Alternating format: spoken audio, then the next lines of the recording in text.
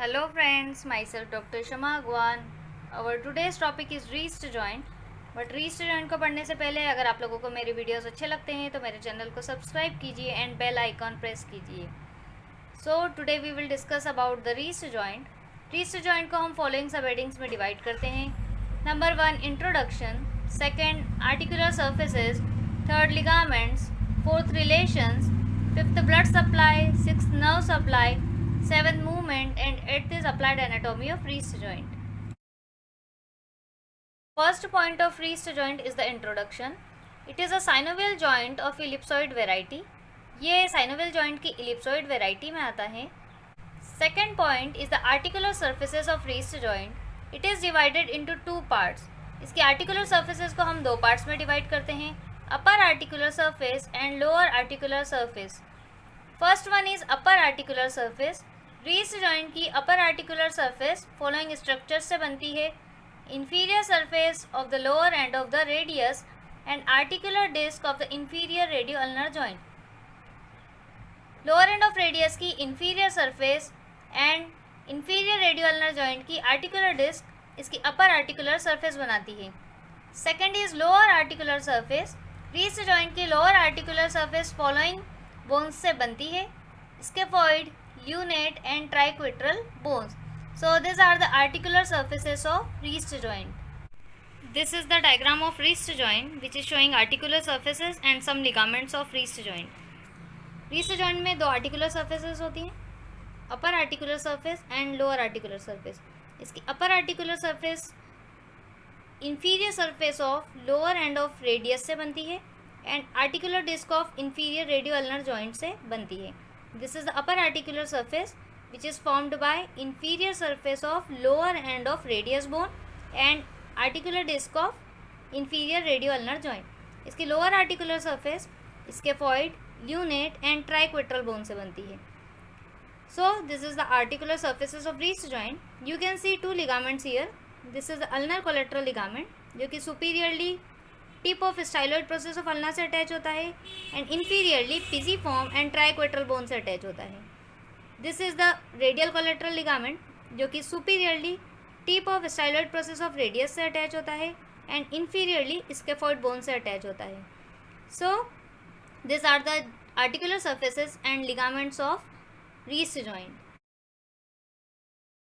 Third point is the ligaments of wrist joint. wrist joint में following ligaments present होते हैं: first one articular capsule, second radial collateral ligament, third ulnar collateral ligament, fourth dorsal radio carpal ligament, fifth palmar carpal ligament. Palmar carpal ligament दो तरह के होते हैं: palmar radio carpal ligament and palmar ulno carpal ligament. Now we see the description of this ligaments. First ligament is the articular capsule. It surrounds the joint. ये joint को cover करता है.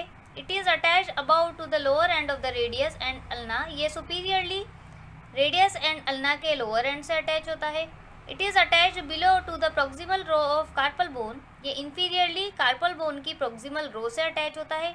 It has a protrusion of synovial membrane which is called the pre styloid recess. Articular capsule से synovial membrane का एक protrusion निकला होता है जिसे प्री स्टाइलॉइड रेसेस कहते हैं. This recess lies in front of the styloid process of ulna and in front of the articular disc. ये recess styloid process of ulna के एंड आर्टिकुलर डिस्क के फ्रंट में सिचुएटेड होता है. Second is radial collateral ligament. It extend from the tip of the styloid process of the radius to the lateral side of the scaphoid bone. ये tip of the styloid process of radius से start होता है and scaphoid bone की lateral side पर attach हो जाता है. It is related to the radial artery. Radial collateral ligament radial artery से रिलेटेड होता है. Third ligament is the ulnar collateral ligament. It extend from the tip of the styloid process of the ulna to the triquetral and pisiform bone. ये styloid process of ulna के tip से निकलता है and triquetral and pisiform bone पर attach होता है. Fourth ligament is dorsal radio carpal ligament. It is weaker than the palmar ligaments. ये palmar ligament से वीक होता है. It is attach about to the posterior margin of lower end of radius. ये superiorly lower end of radius के posterior margin से attach होता है. Its fibres runs downwards and medially. इसके फाइबर्स डाउनवर्ड एंड मीडियली जाते हैं. It is attached below to the dorsal surfaces of scaphoid, lunate and triquetral bone. ये inferiorly scaphoid bone, lunate bone and triquetral bone की dorsal surfaces से attach होता है. This is the diagram of dorsal radiocarpal ligament. ये wrist joint के posteriorly situated होता है and palmar ligament से वीक होता है. सुपीरियरली ये लोअर एंड ऑफ रेडियस की पोस्टीरियर सरफेस से अटैच होता है. इसके फाइबर्स का डायरेक्शन डाउनवर्ड एंड मीडियली होता है. एंड ये inferiorly posterior surface of scaphoid, lunate and triquetral bone से अटैच होता है. So this is the dorsal radiocarpal ligament. Fifth ligament is the palmar carpal ligament. There are two palmar carpal ligament. Palmar carpal ligament दो तरह के होते हैं. First is palmar radiocarpal ligament. It is a broad band. ये broad band shape का होता है. It begins above from the anterior margin of the lower end of the radius and styloid process. ये सुपीरियरली रेडियस के lower end की anterior margin से और इसकी स्टाइलॉइड प्रोसेस से निकलता है. Its fibres runs downward and medially. इसके फाइबर्स डाउनवर्ड एंड मीडियली जाते हैं. It is attached below to the anterior surfaces of the scaphoid, lunate and triquetral bone. ये inferiorly scaphoid bone, lunate bone and triquetral bone की anterior surfaces से attach होता है. Second point is palmar ulnocarpal ligament. It is a rounded fasciculus. ये rounded shape का होता है. It is attached above to the base of the styloid process of the ulna and the anterior margin of articular disc. ये superiorly styloid process of ulna के base से and articular disc के anterior margin से attach होता है. Its fibers runs downward and laterally. इसके fibers downward और laterally जाते हैं. And it is attached below to the lunate and triquetral bone. And ये inferiorly lunate and triquetral bone से attach होता है. So these are the ligaments of wrist joint. Fourth point is the relation of wrist joint. First, anterior. Wrist joint के anteriorly following structures situated होते हैं. Long flexor tendons and their synovial sheath and median nerve. These structures are situated anterior to the wrist joint. Second is posterior. Wrist joint के posteriorly following structures situated होते हैं. Extensor tendons of wrist and fingers and their synovial sheaths. ये structure wrist joint के posteriorly situated होते हैं. Third is lateral. Wrist joint के lateral side में following structure present होता है. Radial artery. Radial artery wrist joint के lateral side में प्रेजेंट होती है. So this are the relations of wrist joint. Fifth point is the blood supply of wrist joint. Wrist joint को following arches blood supply करते हैं. Interior carpal arches and posterior carpel arches. Next point is nerve supply of wrist joint. Wrist joint को following nerve supply करती है. Anterior interosseous nerves, posterior interosseous nerves. ये nerves wrist joint को supply करती है. Next point is the movement of wrist joint. Following movements occur at wrist joint. Wrist joint में following movements होते हैं. Flexion, extension, abduction, adduction and circumduction. Now we see the description of these movements and the muscles responsible for these movements. First movement is flexion. Flexion के लिए जो main muscle responsible है वो है palmaris longus, flexor carpi radialis and flexor carpi ulnaris.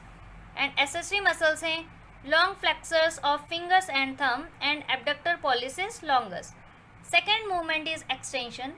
Extension के लिए जो main muscle responsible है वो है extensor carpi radialis longus, extensor कार्पाई radialis Brevis and extensor carpi अल्नारिस.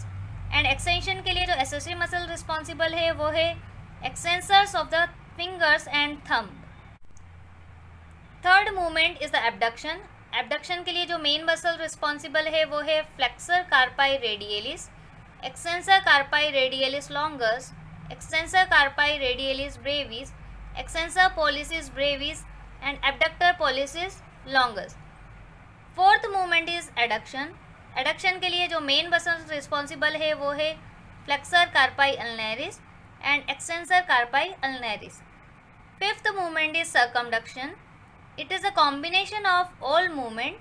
Circumduction सारे मूवमेंट का कॉम्बिनेशन होता है which is produced by all the muscles responsible for flexion, extension, abduction and adduction. And circumduction flexion, extension, abduction and adduction करवाने वाली सारी muscles के through होता है. So this are the movements and muscle responsible for these movements. Last point is the applied anatomy of wrist joint. Wrist joint is commonly affected in rheumatoid arthritis.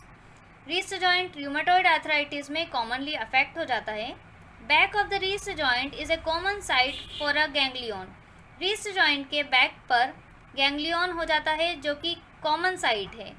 This joint can be aspirated from the posterior surface between the tendons of extensor pollicis longus and extensor indicis.